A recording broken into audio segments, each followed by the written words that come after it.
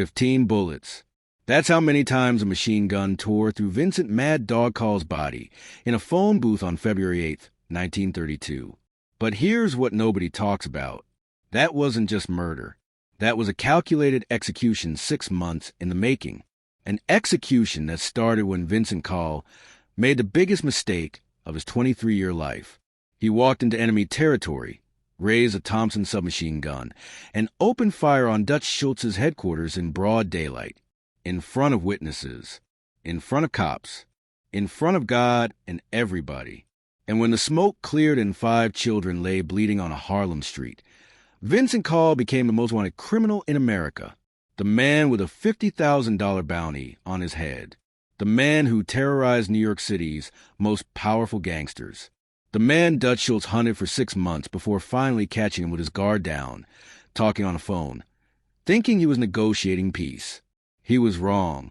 This is the story of how one reckless attack on a headquarters turned Vincent Mad Dog Coll into a legend and then into a corpse. Summer of 1931. New York City was burning. Not literally, but the streets might as well have been on fire. A gang war was tearing through the Bronx and Harlem, leaving bodies scattered like confetti after parade. On one side, Dutch Schultz, the beer baron of the Bronx, a man who controlled millions of dollars in bootlegging operations, who had politicians in his pocket, cops on his payroll, and an army of enforcers ready to kill on command. On the other side, Vincent Coll, 22 years old, fearless, violent, and so desperate to prove himself that he'd take on the most powerful gangster in New York with nothing but rage and a submachine gun. The war had started in the spring. Vincent Coll had been one of Dutch's top enforcers. He and his brother Peter had worked for Dutch for years, protecting beer trucks, collecting debts, eliminating problems. But Vincent wanted more. He wanted to be a partner, not an employee. Dutch Schultz said no. So Vincent and Peter quit. They took a dozen of Dutch's men with them and started their own gang, and they went to war. By July of 1931, dozens of people were dead. Vincent had hijacked Dutch's beer trucks, killed his lieutenants, terrorized his operations, and Dutch had struck back hard. In May, Dutch's men murdered Peter Coll on a Harlem street. 14 bullets. Peter died in Vincent's arms. After that, Vincent Coll stopped being a gangster and became something else, something darker, something that didn't care about consequences. He went on a 3-week killing spree. 4 of Dutch's top men executed in 3 weeks. But it wasn't enough. Vincent wanted Dutch himself. And on July 28, 1931, Vincent Coll decided to send Dutch Schultz a message he'd never forget. He was going to attack Dutch's headquarters in broad daylight. He was going to shoot up the place, kill whoever was inside, and let Dutch know that nowhere was safe. Not his speakeasies, not his warehouses, not even his headquarters. The target was a Helmar social club on East 107th Street, between 2nd and 3rd Avenues in East Harlem. It was a hot summer evening. Kids were playing in the street. Mothers sat on stoops. Old men played cards. It was a neighborhood.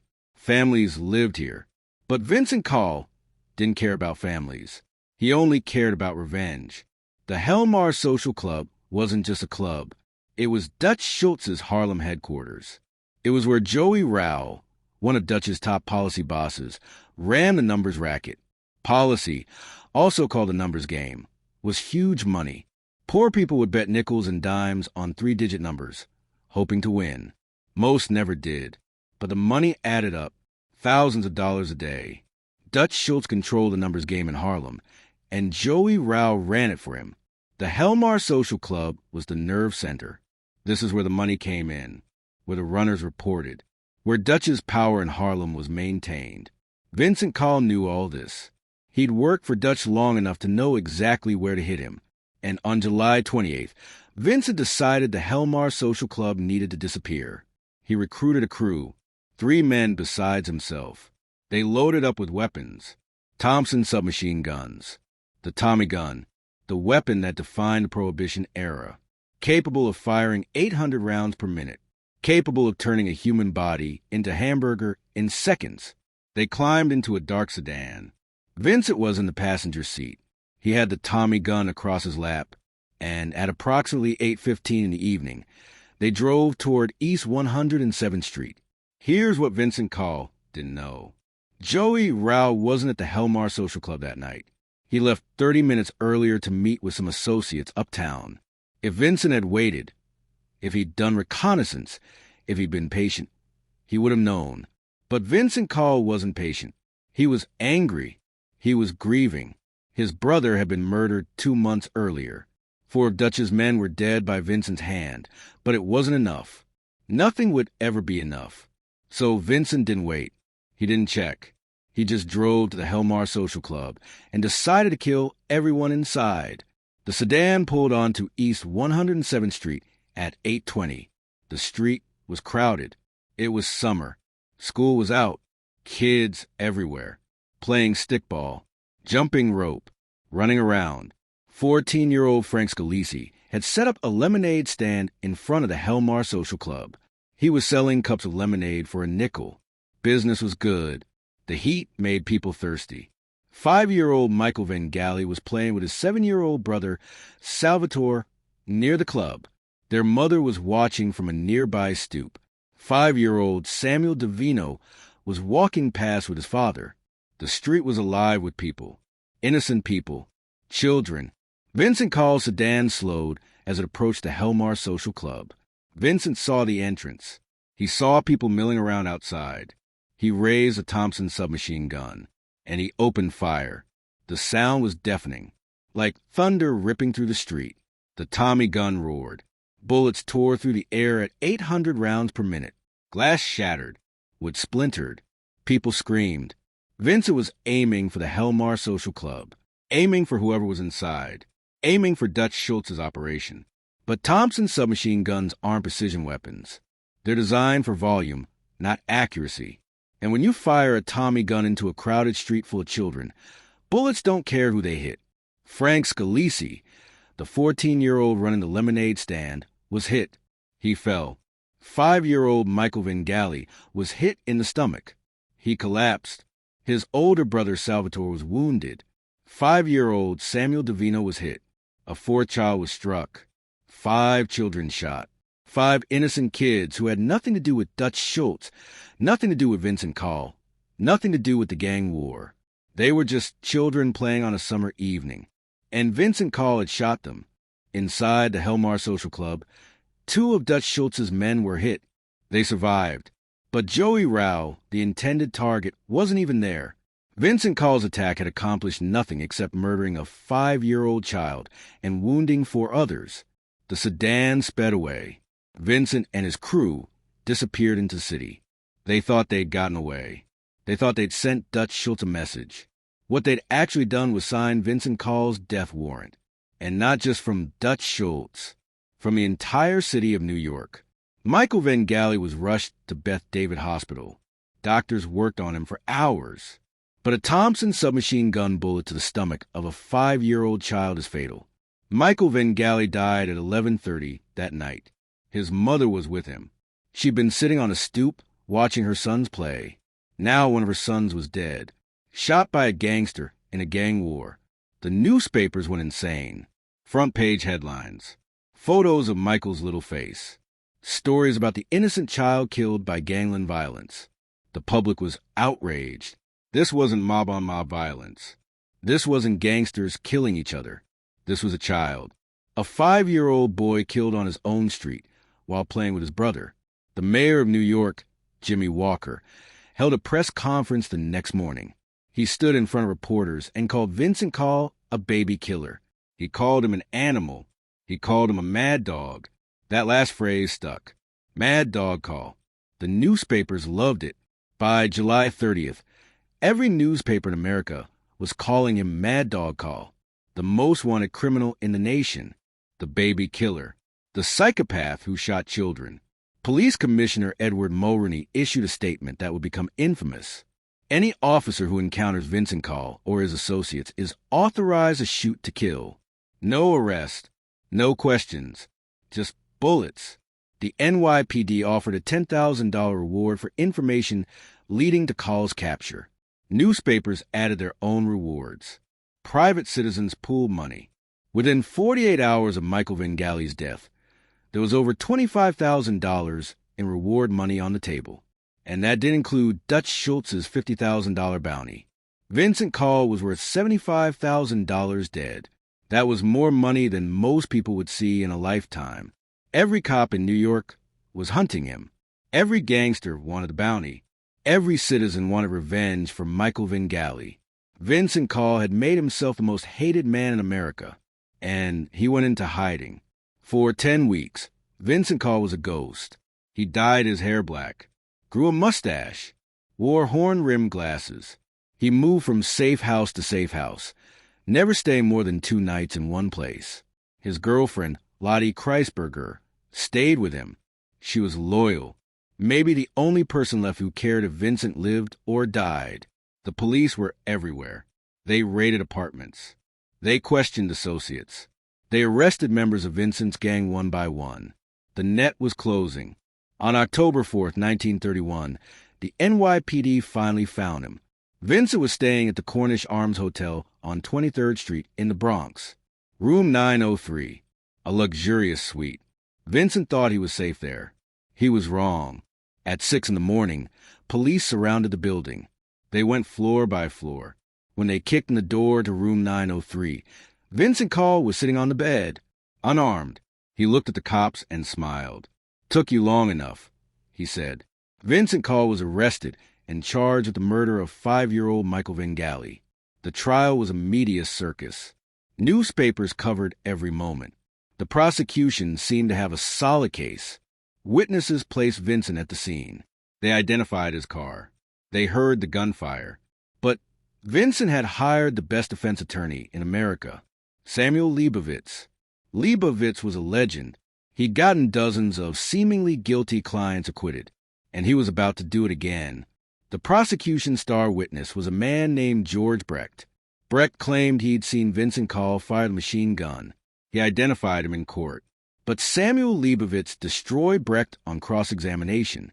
He exposed that Brecht was a paid informant, that Brecht had a serious criminal record he'd lied about under oath, that Brecht's testimony was bought and paid for by the prosecution. The jury didn't believe Brecht, and without his testimony, the case fell apart. On December 31st, 1931, the judge issued a directed verdict of not guilty. Vincent "Mad Dog" Coll walked out of that courtroom a free man. The public was furious. The newspapers screamed about justice denied, but Coll was legally free. And Dutch Schultz was terrified, because now Mad Dog Coll was back on the streets. And Dutch knew Vincent would come for him. Dutch Schultz didn't waste time. The $50,000 bounty stayed active, but Dutch added something else. He reached out to every major mob boss in New York. Owney Madden, who controlled Hell's Kitchen. Lucky Luciano, the rising star of the Italian mafia. Meyer Lansky, the Jewish mob's financial genius. Dutch told them all the same thing. Vincent Coll is too dangerous. He kills children. He draws police attention. He's bad for business. And every one of them agreed. Owney Madden had personal reasons to want Coll dead. Vincent had kidnapped one of Owney's top associates, Big Frenchy DeMange, and demanded $35,000 ransom. Owney paid, but he never forgot. Lucky Luciano wanted Coll dead because Vincent had been hired to kill Lucky by another mob boss, Salvatore Maranzano. That hit never happened because Luciano's men killed Maranzano first. But Lucky didn't forget that Vincent had taken the contract.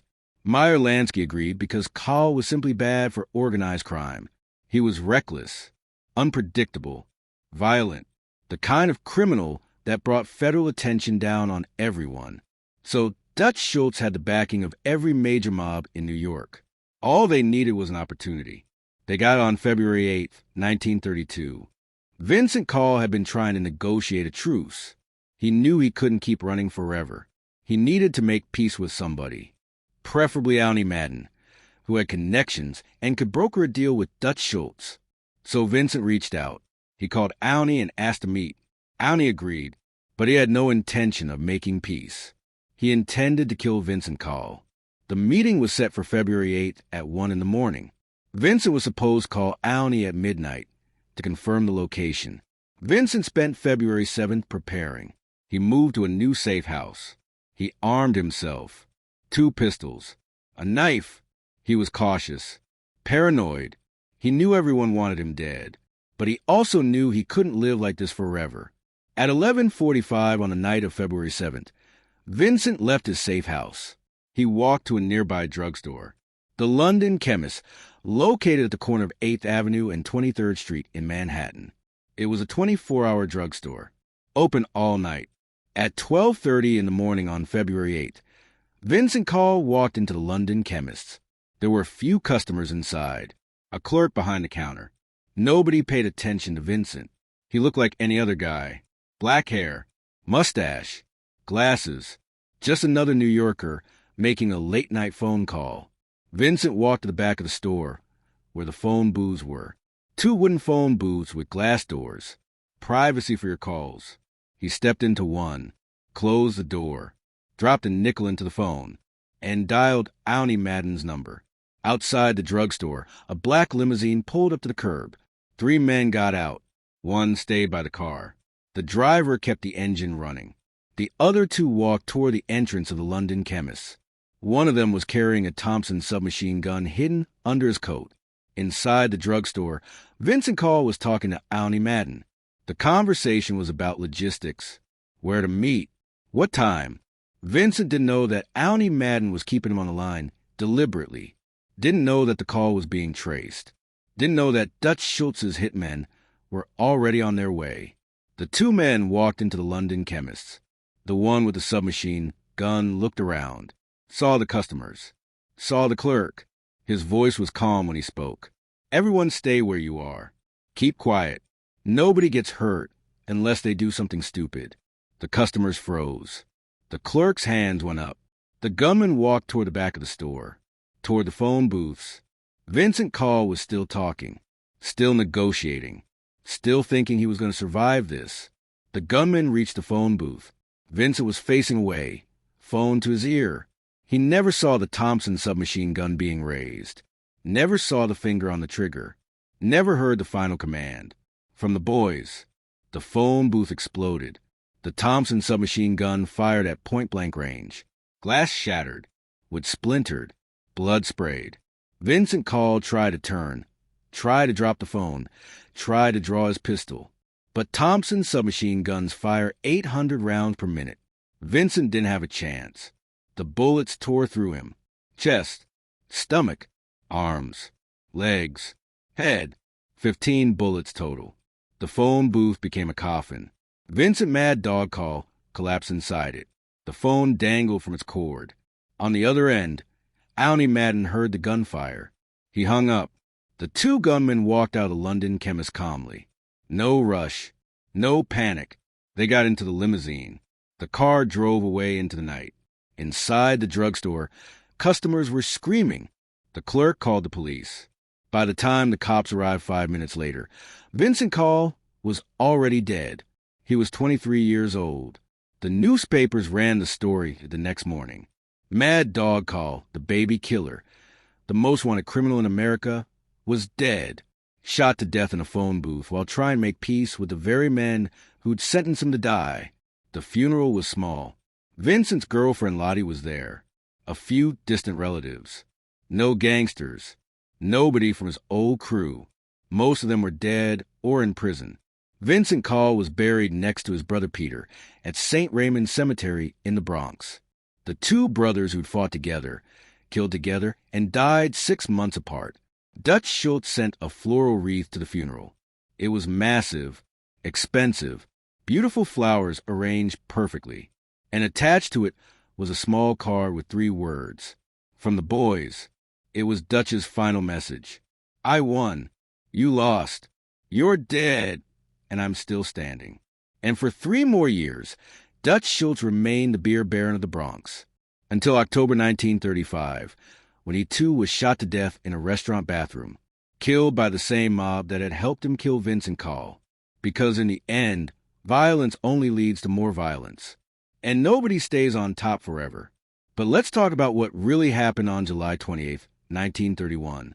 Because the official story is that Vincent Coll shot up the Helmar social club trying to kill Joey Rao. That 5 children were caught in the crossfire.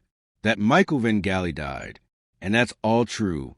But here's what the history books don't tell you. Vincent Coll knew those children were there. He saw them. He just didn't care. Witnesses said the sedan slowed down before the shooting started. That Vincent looked out the window and saw the kids playing. That he raised a Tommy gun anyway. He wasn't a man who accidentally killed a child. He was a man who fired a machine gun into a crowded street full of children because he wanted to kill DUTSCH's men so badly that nothing else mattered. That's what made him Mad Dog Coll. Not the nickname, not the newspapers, but the fact that he valued revenge over everything, over innocent lives, over his own survival, over any shred of humanity he might have once had. And that's why DUTSCH hunted him for 6 months. Not just because Vincent was a threat, but because Vincent had crossed a line that even gangsters respected. You don't kill children, even in a gang war, even in the most violent era of organized crime. There were rules, and Vincent Coll broke all of them. The phone booth execution became legendary. It inspired dozens of movies, TV shows, books. The image of a gangster shot to death in a phone booth became iconic. Film noir loved it. The Godfather referenced it. Every mob movie after 1932 used some version of it. But most people forgot why it happened. They forgot Michael Vengalli. They forgot the 5 children shot on a Harlem street.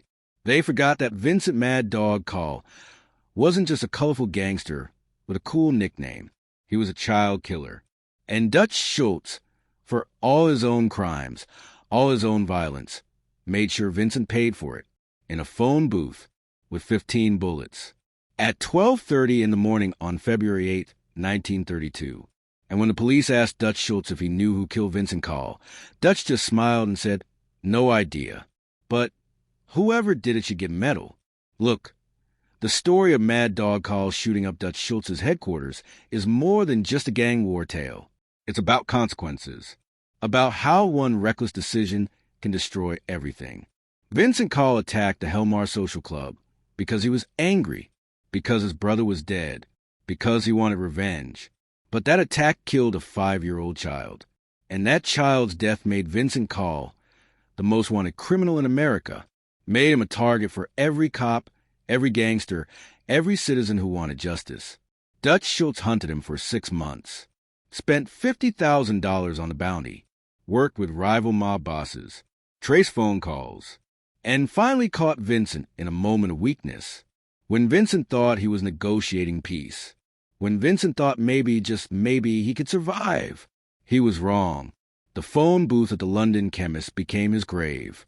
And the message Dutch sent with that floral wreath from the boys became legend. Because in the end, Vincent Mad Dog Coll learned what every gangster eventually learns. Violence begets violence. Revenge leads to more revenge. And when you shoot up a headquarters in broad daylight, killing children in the process, you better be ready for the consequences. Vincent Coll wasn't ready, and he died for it. 15 bullets in a phone booth. 23 years old. Dead before he could even hang up the phone. If this story about Mad Dog Coll's final phone call got your attention, hit that like button right now. Subscribe to this channel because we're dropping true crime history every single week. Drop a comment and tell me, do you think Vincent Coll deserved what he got? Or did DUTSCH go too far? And turn on notifications because next week we're telling the story of how DUTSCH tried to kill a federal prosecutor and why the mob decided Dutch had to die for it. Remember, in Prohibition-era New York, revenge was a currency and violence was the only language gangsters understood. Vincent Mad Dog Coll spoke that language fluently, but DUTSCH spoke it better. 1 headquarters attack, 5 children shot, 1 5-year-old dead, 6 months of hunting, 1 phone booth, 15 bullets. From the boys,